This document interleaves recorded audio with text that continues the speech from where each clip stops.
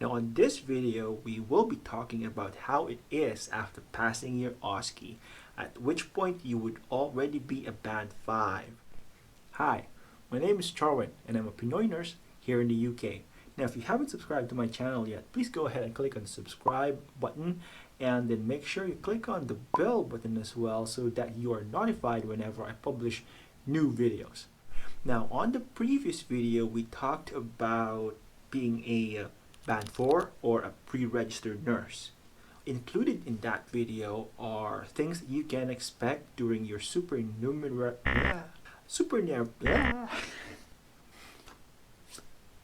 included in that video are things that you can expect being at your supernumerary period as a Band 4. Or people call it induction or orientation, however you want to call it. Now if you haven't seen that video yet, click on this card right here, which will appear in a second, but promise me you will come back to this video, okay? Right? Pinky promise? Yes. Yeah? Yes. Alright, here it is. Go ahead and click on it. Now for those of you who have already seen that video, make sure to keep your hands off your mouse and your keyboard and keep watching. So when me and my wife finally passed the OSCE, it was one of the best moments of my life. Even better than eating at a buffet. Because tapos mo na yung hardest part, right? All that stress, all that pressure taken off your shoulders. Oh, such a relief.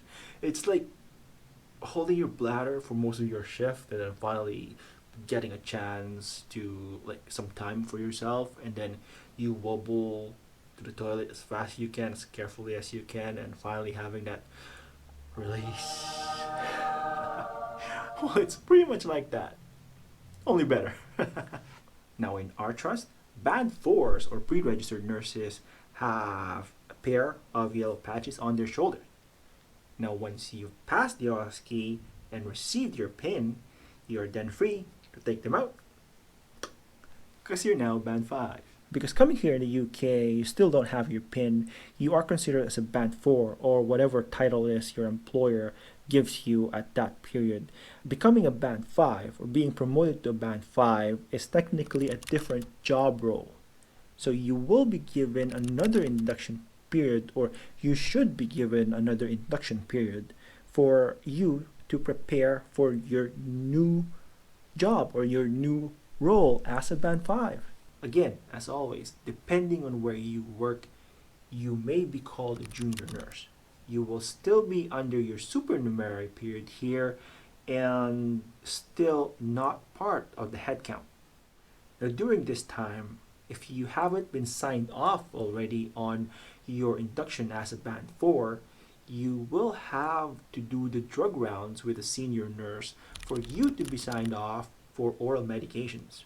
So what happens here is you will be going around with your senior nurse, and he or she will observe you if you are practicing safely.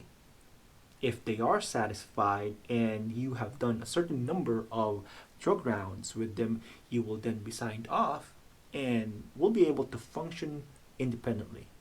However, if they see that you are not safe dispensing the oral medications on your own, they may have to extend your induction period or your supernumerary period so that you can practice and learn to practice safely. And of course, until such time that they are satisfied with your performance, they will keep you on their induction period and will review as needed. Now, what else do you need to do? I've already told you that you would still be on a supernumerary period. That's, again, another 2 weeks for you. And what needs to happen here is you need to complete your e-learning courses. On your induction as a Band 4, you may have had to complete the mandatory courses for where you work, but as a Band 5, you now have to complete the more role-specific courses. There are also face-to-face trainings that you will need to do. Now in our trust, we are given 4 study days in a year. These are paid hours which are allotted to do trainings in order to better ourselves, in order to refresh any policies or trainings that we need to do annually, or if you want to learn a new skill, or if you want to be signed off at something, then you can use these study days in order for you to be trained and be signed off. Again, that is in our trust. I do not know how it is for other employers, but for our trust, and I do believe for some NHS as well, um, they give their employees specific hours allotted for study days, and these are plotted in their schedule or rota. These study days are scheduled by you. So if you see a training available for a certain date, go ahead and take it, and make sure that you let your band 6 or band 7 know about it so that they can add that to your rota. There's no spoon feeding here. So it's up to you to enroll yourself to these study days or to these courses, and just ensure you let everyone know. An example of a course which you can do on one of your study days is the IV medication administration. So for me, I completed the IV training. That's a face-to-face course, a face-to-face training, wherein I actually had to go to a class along with 20 or so people. Now, I can't help but share this with you because like almost half of the class are Filipinos, and the other half, like others, others like.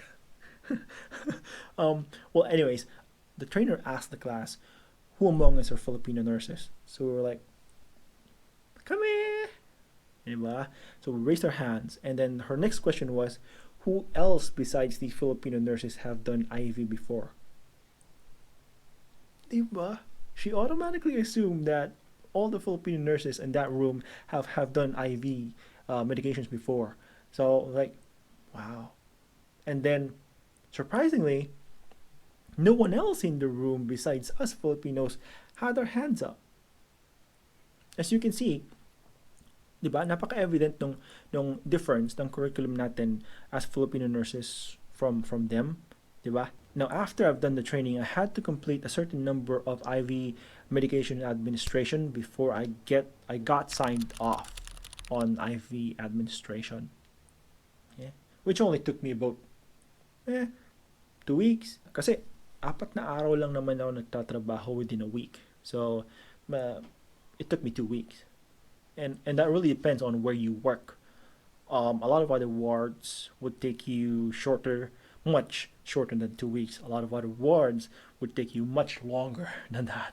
So once you completed your mandatory trainings in e-learning and has been signed off on oral medications, you're pretty much good to go. Of course, you would still need to do the IV training, especially if you're in a ward that needs or administers a lot of IV medications, right? It only makes sense that you do it. Of course, in a hospital, the person doing the rota will look at your schedule and, of course, will pair you with a more experienced, more senior nurse, regardless of your experience in the Philippines or any other country where you come from, so that that nurse will fill the gaps, your skill gaps or your training gaps. Like, say, for example, if you're not yet trained to catheterize a person, he or she can do it. Or if not, they can call the ANP or the doctor to do it. If you're not able to cannulate the patient, he or she can do it, the charge nurse. If not, we can call the phlebotomist or the ANPs or the doctors. So see how it is here in a hospital? I actually have charge nurses who choose not to take those courses because we have the ANPs anyway, we have the phlebotomists anyway, we have the doctors anyway. So of course, if you will be working in a care home, it's a different story. If it's a smaller care home, you pretty much would be alone, and you won't be doing many technical nursing skills anyway. So you should be fine. If you're on a bigger care home, you may be working with another nurse on a different floor or within that floor. That depends on the care home where you work at. And that's pretty much it. After you pass your OSCE, receive your PIN, and become Band 5. All you have to do is to complete your supernumerary period, be signed off on mandatory trainings, including the oral and IV medications, and you're good to go. You're free. So that is all we have for today. Now, if you found value in this video, please go ahead and hit like and subscribe, and check out my other videos as well. Once again, this has been Charwin, Pinoy Nurse here in the UK.